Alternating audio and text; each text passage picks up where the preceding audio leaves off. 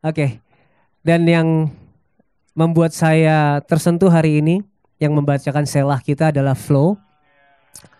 Selain berita yang disampaikan benar-benar indah dan luar biasa, perbuatan Yesus Kristus, tapi saya mau berikan cerita sedikit bahwa Flow ini tadinya dia sudah tidak mau melayani, saudara. Maksudnya tidak mau melayani di depan. Dia mau di belakang aja, nggak kelihatan, karena ya hatinya sakit atau tersakiti oleh gereja atau tempat lamanya sehingga tidak mau melayani. Tapi saya bersyukur bahwa Injil mengubah hatinya, mengubah lensa dia dalam melayani sehingga pada akhirnya dia menerima tantangan untuk melayani sebagai pembaca selah kita hari ini. Betapa Injil itu mengubah hati, ya, yang tadinya melihat pelayanan sebagai beban, ya, sebagai alat untuk memanipulasi Tuhan, tapi hari ini dia melihat pelayanan adalah sebuah jalan untuk memberitakan lebih lagi kebaikan Tuhan di dalam hidup setiap kita melalui karya salibnya. Amin, saudara. Amin. Oke, hari ini kita masih di dalam seri Boast in the Cross of Christ atau bermegah di dalam salib Kristus. Yang kita ambil dari Mazmur 38. Ini adalah seri terakhir. Minggu depan kita masuki seri yang baru. Kita akan tutup hari ini dengan temanya injustice atau ketidakadilan, saudara. Ya. Oh ya, sebelum saya lanjut, saya mau sambut teman-teman dari Gibeon yang hari ini datang. Shalom. Ya, ini sister church lah ya.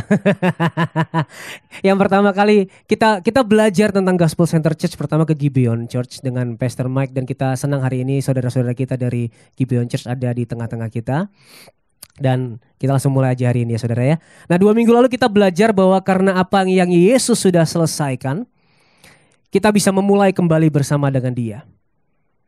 Sekalipun kita jatuh dan gagal, itu tidak mengubah identitas yang kita dapatkan melalui pengorbanan Yesus Kristus di atas kayu salib. Dan dengan mengerti identitas kita dan mengingat apa yang Yesus sudah lakukan untuk memberikan identitas itu, kita bisa bebas dari yang namanya rasa bersalah atau guilt, ya. Hal ini membuat kita tidak lagi disiksa oleh rasa bersalah. Tentu konsekuensi dosa tetap harus kita jalani dalam dunia ini, namun kita tidak lagi disiksa oleh rasa bersalah. Kita bisa datang ke salib dan menerima diri kita tanpa menjadi sombong dan menantang diri kita tanpa merasa hancur. Lalu minggu lalu kita belajar bahwa bermegah di dalam salib Kristus membuat kita bisa menghadapi pengabaian oleh orang-orang di sekitar kita. Ya, karena apa? Karena Yesus Kristus sudah lebih dulu mengalami pengabaian terbesar. Dia diabaikan bukan hanya oleh orang-orang terdekatnya, dia diabaikan oleh Bapanya. Di atas kayu salib, Bapa memalingkan wajahnya dari Yesus, meninggalkan dia karena dosa-dosa kita. Karena dia menanggung dosa-dosa setiap kita. Sehingga kita bisa menerima penerimaan terbesar kita, yaitu di hadapan Bapa. Jadi walaupun orang-orang yang lain mengabaikan kita, kita bisa tetap tidak merasa hancur, saudara. Karena kita tahu kita diterima oleh Bapa di surga. Dan bukan hanya berhenti di situ, bermegah di dalam salib Kristus juga membuat kita bisa menerima setiap orang, saudara. Bahkan orang-orang yang bergumul dalam dosa. Kenapa, saudara? Karena kita yang seharusnya dibuang dan diabaikan sudah lebih dulu diterima di dalam Kristus melalui karya salibnya. Nah 2 minggu lalu kita belajar tentang itu, saudara. Saya mau bertanya, siapa yang sudah mengaplikasikannya di dalam hidup, saudara? Gak usah angkat tangan. Kalau belum nanti merasa tertuduh, saudara.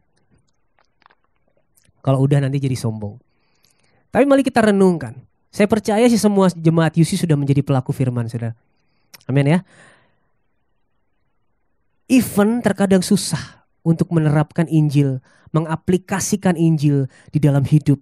Karena kita adalah orang yang punya berhala. Namun saya percaya Roh Kudus juga menolong setiap kita untuk melakukannya. Dan orang-orang di dalam gereja, ya, di dalam komunitas ini, dalam circle ini UC, juga menjadi rekan kita dalam proses menuju keserupaan dengan Kristus. Makanya kita akan segera memulai YouCare, saudara ya. Masuk ke dalam komunitas-komunitas kecil seperti yang sudah diumumkan tadi, saudara. Untuk informasi YouCare lebih lanjut, saudara bisa hubungi Yeril atau Yoses. Kenapa harus dalam komunitas kecil? Karena di situ adalah sarana sanctification saudara. Saudara akan saling mendukung, saudara akan saling menolong untuk menjadi pelaku firman. Di dalam komsel saudara akan membicarakan, membahas kembali khotbah yang disampaikan setiap hari Sabtu. Bagaimana saudara mengaplikasikannya dalam hidup saudara, di dalam pekerjaan saudara, di dalam keluarga saudara. Makanya saudara disarankan untuk bergabung dengan YouCare. Ya, nanti segera setelah ini silakan hubungin Yeril dan Yoses untuk mengerti saudara ditempatkan di YouCare mana. Ya, namun di tengah kita melakukan firman, misalnya nih kita mau berubah dan start again. Atau mungkin kita mau menerima setiap orang dengan segala kelakuannya yang gak benar. Mungkin kita mau mendampingi orang dengan setiap proses pertobatannya. Pasti ada aja orang-orang yang menganggap ini sebagai hal yang buruk. Entah apapun itu alasannya. Kita melakukan hal yang benar. Kita melakukan firman Tuhan, namun mendapat balas yang jahat dari orang-orang lain. Lalu kita mulai marah dan berkata, mengapa semuanya tidak adil ya Tuhan? Aku mengejar yang benar, aku melakukan firman, aku mengaplikasikan Injil yang disampaikan di hari Minggu. Tapi kenapa malah mendapatkan perlakuan yang buruk? Yang baik dibalas yang buruk. Lalu saudara jadi berpikir untuk berhenti melakukan yang benar. Lebih baik aku gak usah lakuin yang benar lah. Aku lakuin yang benar juga mendapatkan hal yang buruk. Aku melakukan yang baik juga mendapatkan hal yang buruk. Balasan yang tidak adil. Namun sebelum kita lanjutkan ini sama-sama, mari kita renungkan satu kalimat ini. Refleksikan dalam hati kita. Jika kita melakukan hal yang benar dan berharap untuk mendapatkan sesuatu yang baik, sebenarnya apa motivasi kita melakukan hal yang benar? Mari refleksikan, mari renungkan ini. Jika kita melakukan hal yang benar, namun berharap untuk mendapatkan sesuatu yang baik sebagai balasannya, sebenarnya apa motivasi kita melakukan hal yang benar? Silakan saudara jawab di hati saudara. Silakan saudara jawab di hati saudara yang paling dalam. Apa motivasi kita kalau kita melakukan hal yang benar, tapi untuk mendapatkan balasan yang baik? Lalu pertanyaannya, bagaimana sebenarnya kita melakukan hal yang benar? Bagaimana motivasi hati kita, bagaimana sikap hati kita dalam melakukan hal yang benar? Maka itu kita masuk ke nats kita hari ini, Mazmur 38 ayat 20 dan 21. Orang-orang yang memusuhi aku besar jumlahnya. Banyaklah orang-orang yang membenci aku tanpa sebab. Ini kata Daud. Mereka membalas yang jahat kepadaku ganti yang baik. Mereka memusuhi aku karena aku mengejar yang baik. Daud pun juga mengalami konflik ini di dalam hidupnya. Dia berkata, banyak sekali orang-orang yang memusuhi aku.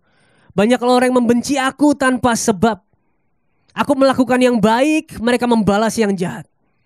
Aku mengejar yang benar, tapi mereka memusuhi aku. Dan ini adalah hal yang sering kali kita alami dalam hidup setiap kita. Tapi izinkan saya kasih disclaimer sedikit ya.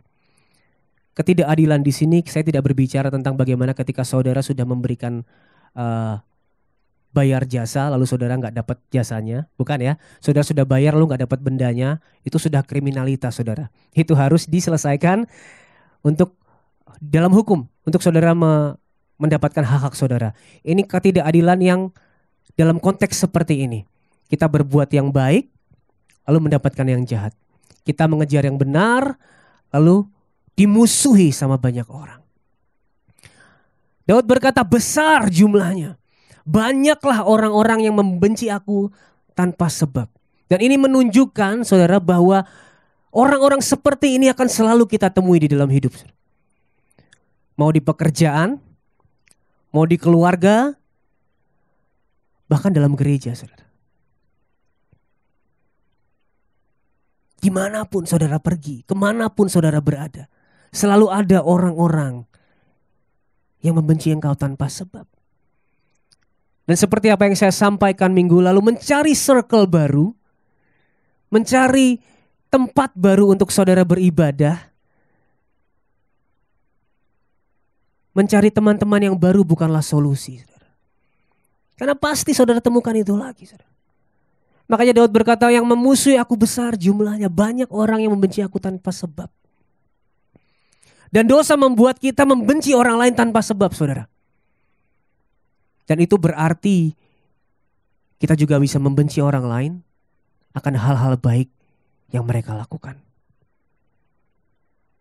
Kalau kita berpikir, wah aku udah berbuat baik dibalas yang jahat. Tapi coba pikirkan, seberapa sering kita melihat orang melakukan hal yang baik, tapi dalam pikiran kita berkata, itu mah cuman karena di depan pemimpin aja. Itu orang rajin pelayanan biar dilihat pemimpin. Itu orang sok baik biar reputasinya baik. Sering saudara dengar kayak gitu? Atau sering ngomong kayak gitu saudara dalam hati? Sering juga dalam hati. Dan sering juga kita mendapatkan perlakuan yang seperti itu. Dan ketika kita mendapatkan perlakuan seperti itu, kita sedang berpikir bahwa kita sedang ditimpa ketidakadilan atau injustice, tema kita hari ini, saudara. Dan seperti apa yang disampaikan di selah hari ini, saya kagum akan pengaturan Tuhan ya. Flow ini nyusun selahnya saya nggak ajarin saudara. Tapi dia bisa ambil satu sudut pandang tentang ketidakadilan. Seringkali kita berkata, Tuhan ini kok nggak adil. Dan itu yang sering kita pertanyakan ketika kita mendapatkan perlakuan seperti ini. Kita melakukan yang baik, dapat yang jahat. Kita berlaku yang benar, kita dapat balasan yang jahat dari orang lain. Kita sering mempertanyakan keadilan dan lebih lagi kita sering mempertanyakan keadilan Tuhan. Kita gak cuma bilang di mana keadilan, tapi kita bilang di mana keadilan-Mu Tuhan. Aku udah buat yang baik, tapi dapatnya kenapa yang jelek? Kenapa diperlakukan tidak baik? Tuhan kok gak melakukan pembelaannya kepadaku? Mana keadilan-Mu? Dan jika kita melihat ke hati kita paling dalam, kita mau bahwa kita yang berbuat baik diganjar dengan hal yang baik juga. Benar saudara? Aku sudah melakukan ini, aku sudah rajin pelayanan, aku pengen mendapatkan ini. Benar ya? Aku sudah mendampingi orang yang gak benar ini, yang harusnya aku gak suka sama dia. Aku melakukan itu supaya mendapatkan ganjaran yang baik. Dan sebaliknya saudara, kita mau orang-orang yang memperlakukan kita dengan tidak baik diganjar dengan yang jahat saudara. Sering saudara ya, saya lihat kepalanya pada ngangguk-ngangguk.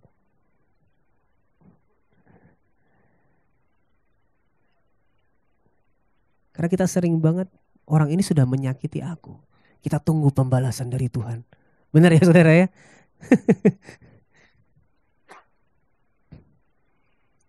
Orang ini udah memperlakukan aku dengan gak baik. Pasti dibalas sama Tuhan dengan hal-hal yang jahat. Wah, semua senyum-senyum dan angguk-angguk. Orang ini sudah menipu aku. Tuhan pasti hancurkan hidupnya. Amin katanya. Terbukti saudara di dalam hati kita isinya apa saudara. Sejahat itulah kita akibat dosa saudara.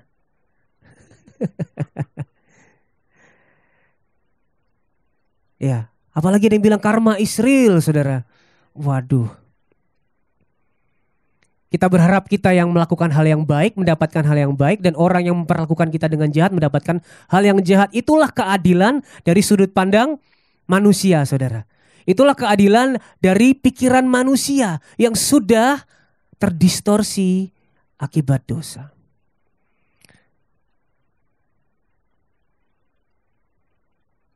Lalu kalau orang yang jahat sama kita gak dapat hal yang jahat, kita bilang Tuhan gak adil. Kalau kita sudah sering pelayanan gak dapat hal yang baik, gak dapat apa yang kita impikan, kita inginkan, kita bilang Tuhan gak adil.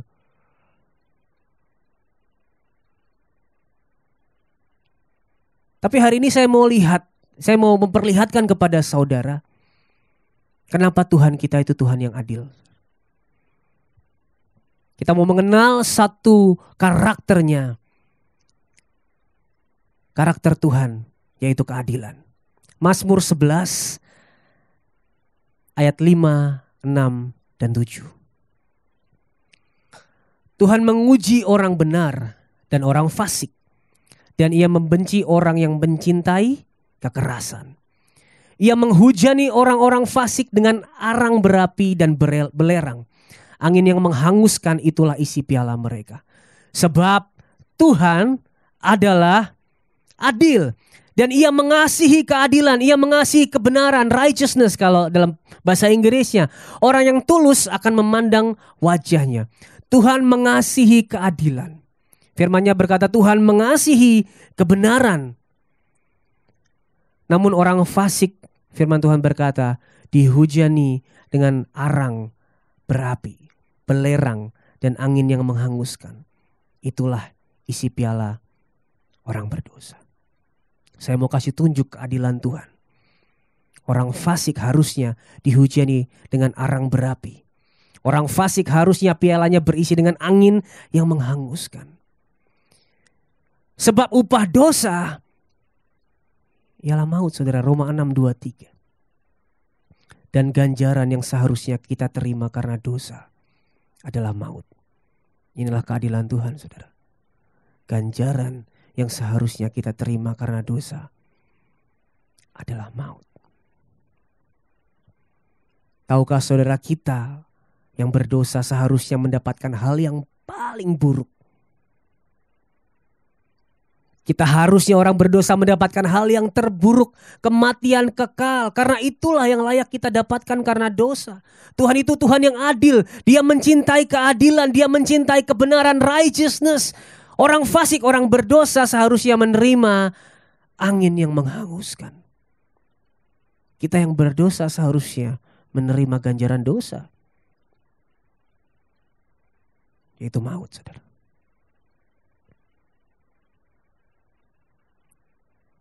Inilah keadilan Tuhan.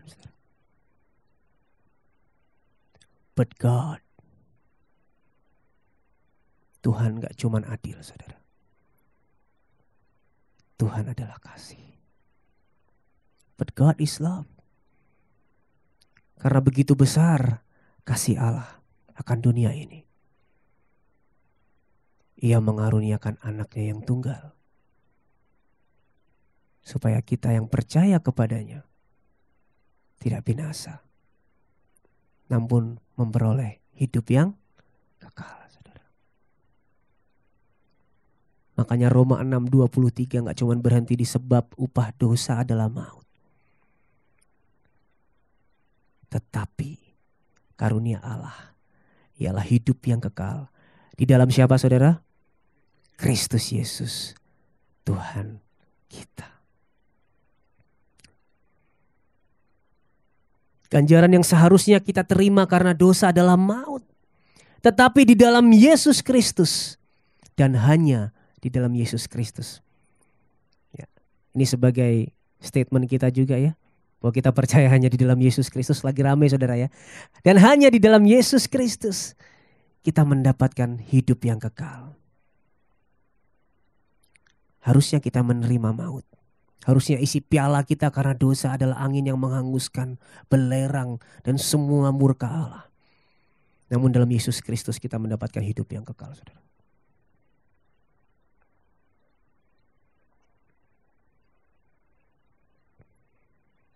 Dan kita akan lebih lagi menyelami karakter Tuhan yang adil ini, saudara.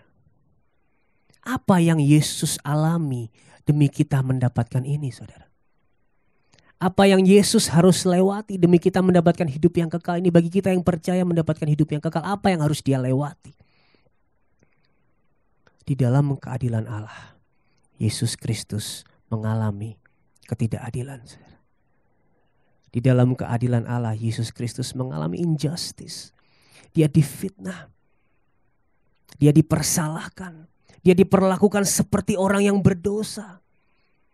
Dia disalibkan di antara dua penyamun. Salib itu adalah satu hukuman yang paling hina. Dia diperhitungkan di tengah-tengah orang yang jahat.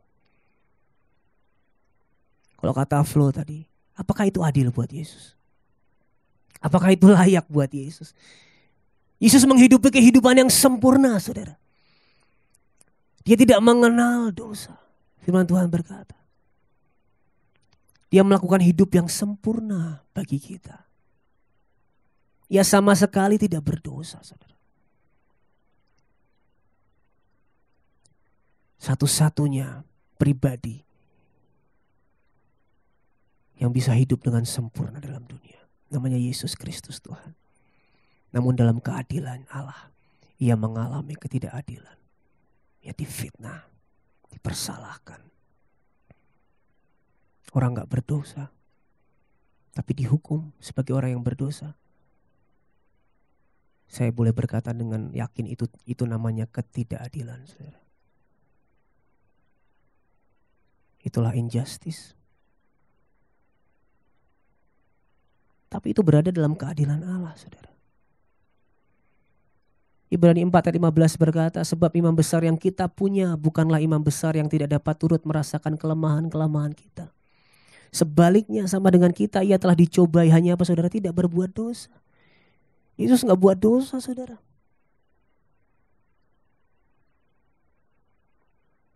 Tapi dia mengalami ketidakadilan itu. Dan yang ajaib, saudara, di atas kayu salib, keadilan Allah dan kasihnya menjadi satu, saudara. Keadilan dan kasihnya bersatu di dalam Yesus Kristus. Allah adalah adil. Maka dosa harus dihukum, saudara. Kekudusannya tidak bisa bersatu dengan dosa. Makanya ganjaran orang fasik tadi adalah murka Tuhan. Tanpa pembayaran yang adil, hubungan manusia dengan Tuhan tidak bisa dipulihkan. Oleh sebab itu semua penghukuman akibat dosa kita harus ada yang menanggung. Gak bisa Allah berkata, oke, aku mengasihi manusia, maka semua bebas. Maka dia tidak menjadi Allah yang adil, saudara. Karena dia Allah yang adil, semua penghukuman akibat dosa harus ada yang tanggung. Dan siapa yang tanggung, saudara? Yesus Kristus. Semua penghukuman akibat dosa kita ditimpakan kepada Yesus Kristus. Dosa kita diperhitungkan kepada Yesus. Padahal dia tidak berdosa. Namun di satu sisi Allah adalah kasih, saudara. Karena kasihnya ia berinisiatif untuk memulihkan hubungan kita dengan dia. Karena kasihnya ia berinisiatif untuk memberikan pengampunan dan pemulihan hubungan dengan dia. Dan dia lakukan lewat karya salib Yesus Kristus bagi kita yang percaya kepadanya. Karena hanya dengan cara itu kesempurnaan Kristus diperhitungkan kepada kita. Kebenaran Kristus diperhitungkan kepada kita. Inilah keadilan dan kasih Allah, saudara. Kalau engkau sedang mengalami ketidakadilan, engkau merasa perbuatan baikmu dibalas dengan perbuatan yang jahat. Engkau melakukan yang benar namun orang membenci dan membalas dengan hal yang baik. Pandang salib itu. Kenapa, saudara? Karena di salib itu Yesus mengalami ketidakadilan buat kita, saudara. Dia sama sekali gak berdosa, saudara. Buat kita. Kalau saudara berpikir, kenapa aku yang berbuat baik harus mendapatkan ganjaran yang jahat dalam dunia ini? Kenapa orang-orang baik harus mendapatkan ganjaran yang jahat? Dan orang jahat harus bisa hidup lebih enak gitu. Saya mau kasih satu quote dari R.C. Sproul. Why do bad things happen to good people? That only happened once. And he, Jesus, volunteered. Kenapa hal buruk terjadi kepada orang yang baik? Itu cuma terjadi sekali di dalam sejarah umat manusia. Dan dia, Yesus Kristus, berinisiatif memberikan dirinya. Di dalam keadilan Allah, Yesus mengalami ketidakadilan, saudara. Hal buruk ditimpakan kepada orang baik hanya terjadi sekali dalam sejarah umat manusia, kepada Yesus Kristus. Dan itu karena keadilan Allah dan juga kasih-Nya bagi kita. Yesus Kristus mengalami hal terburuk yang Ia tidak seharusnya terima, supaya kita bisa menerima hal terbaik yang seharusnya tidak layak kita terima, saudara. Ingat tadi harusnya kita menerima ganjaran apa, saudara? Murka Allah, maut. Namun Yesus Kristus rela mengalami hal terburuk, ketidakadilan yang seharusnya Ia tidak terima, agar kita bisa menerima bukan murka Allah, saudara, namun keselamatan di dalam Dia. Hubungan yang dipulihkan dengan Allah karena Yesus Kristus. Dan diangkat menjadi anak-anaknya karena Yesus mengalami hal terburuk yang seharusnya Dia tidak terima, saudara.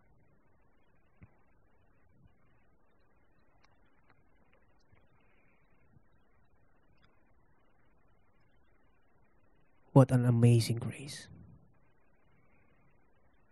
Anugerah yang luar biasa. Kasih karunia yang luar biasa bagi kita. Ketidakadilan yang kita lewati dalam dunia tidak akan menjadi apa-apa jika dibandingkan dengan apa yang Kristus Yesus harus alami bagi kita, saudara.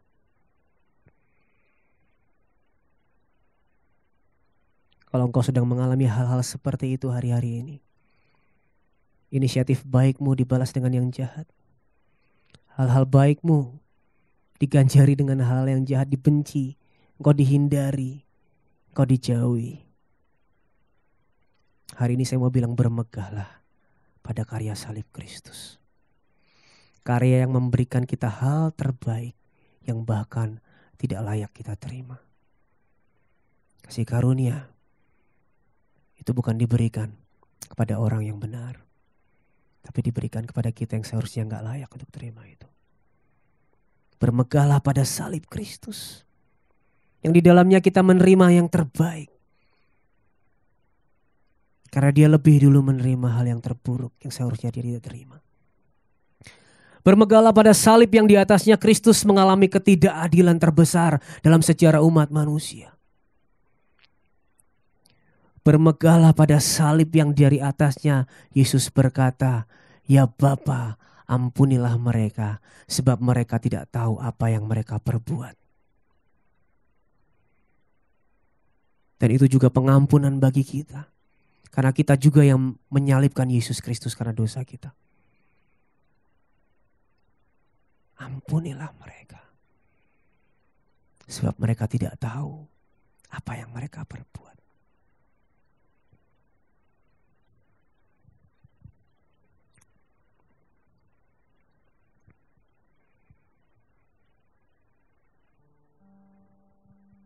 Dan jika hari-hari ini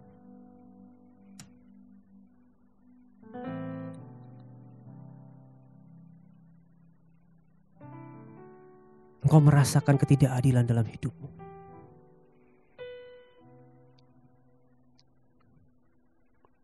hari-hari ini perbuatan baikmu kepada orang lain dibalas dengan perbuatan jahat.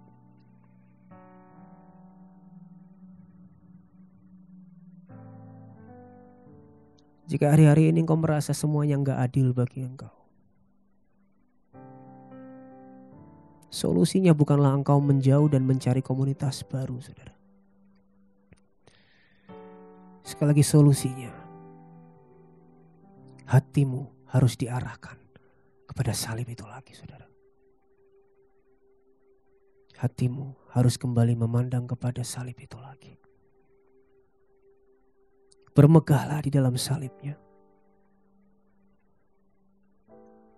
Karena ketika engkau bermegah di dalam salib Kristus, engkau dimampukan mengampuni orang-orang yang memperlakukan engkau secara tidak adil.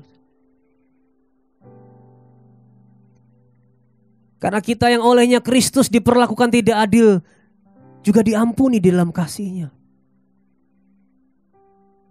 Kita yang turut menyalibkan Dia karena dosa-dosa kita, juga diampuni karena kasih-Nya. Maka kita akan dimampukan untuk mengampuni orang-orang yang memperlakukan kita secara tidak adil.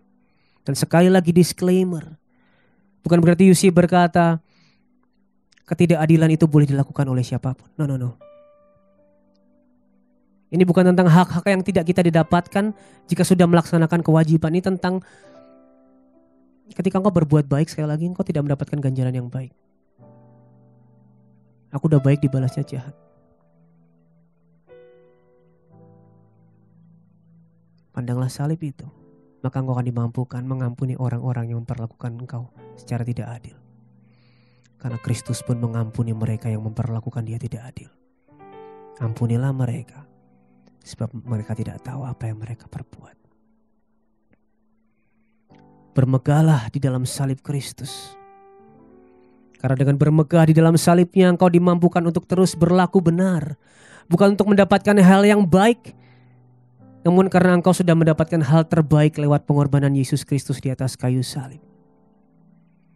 Engkau mendapatkan keselamatan, pengampunan, dan kehidupan, dan relasi yang dipulihkan dengan Tuhan. Karena Kristus rela mengalami hal terburuk yang sebenarnya ia tidak layak terima.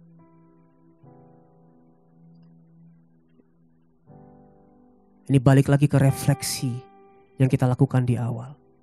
Jika apa yang kita lakukan yang baik, untuk mendapatkan sesuatu yang baik, apa motivasi kita sebenarnya, saudara? Namun jika kita melakukan hal yang benar dengan memandang pada salib Kristus, kita akan melakukannya karena ucapan syukur bahwa kita sudah mendapatkan hal yang terbaik yang seharusnya tidak layak kita terima. Dan yang terakhir, bermegahlah di dalam salib Kristus. Karena ketika engkau bermegah di dalam salibnya, engkau akan tahu bahkan di dalam ketidakadilan yang engkau alami, Kristus menyertai. Dan bukan hanya menyertai, saudara, ia mengerti yang engkau alami. Karena ia juga melewatinya, saudara. Seperti Ibrani 4 ayat 15 berkata tadi, saudara. Ia bukanlah imam besar yang tidak dapat turut merasakan kelemahan-kelemahan kita. Ia juga mengalami apa yang kita alami, saudara. Ketika engkau mengalami ketidakadilan, ingatlah bahwa dia sudah lebih dulu mengalami itu bagi kita. Dan itu akan memberikan engkau kekuatan untuk melewati ketidakadilan apapun di dalam dunia ini.